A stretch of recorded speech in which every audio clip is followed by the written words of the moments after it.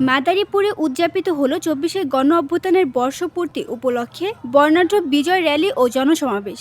বুধবার ৬ আগস্ট মাদারীপুর জেলা উপজেলা পৌর বিএনপি ও অঙ্গ সংগঠনের নেতৃত্বে এই সমাবেশের আয়োজন করা হয়। বিজয় মিছিলটি শহরের গুরুত্বপূর্ণ সড়ক প্রদক্ষিণ করে। রং বেরঙের পতাকা, ফেস্টুন, শহীদ জিয়া, বেগম খালেদা জিয়া, তারেক রহমান ও শহীদদের ছবি বহন করে নেতাকর্মীরা অংশ নেন এই মিছিলে।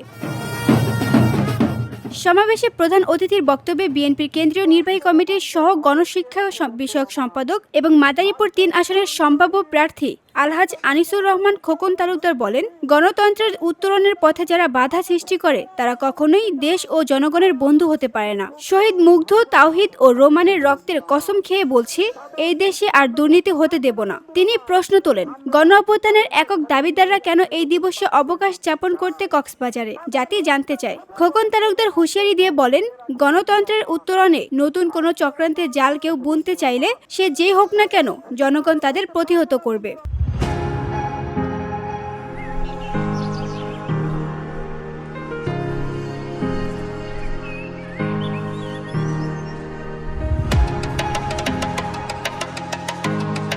সমাবেশে আরও উপস্থিত ছিলেন মাদারীপুর জেলা বিএনপির আহ্বায়ক বিশিষ্ট আইনজীবী জাফর আলী মিয়া, যুগ্ম আহ্বায়ক মিজানুর রহমান মুরাদ, জেলা বিএনপির সাবেক সাধারণ সম্পাদক জাহানদার আলী জাহান সহ বিএনপি এবং এর অঙ্গ ও সহযোগী সংগঠনের নেতাকর্মীরা।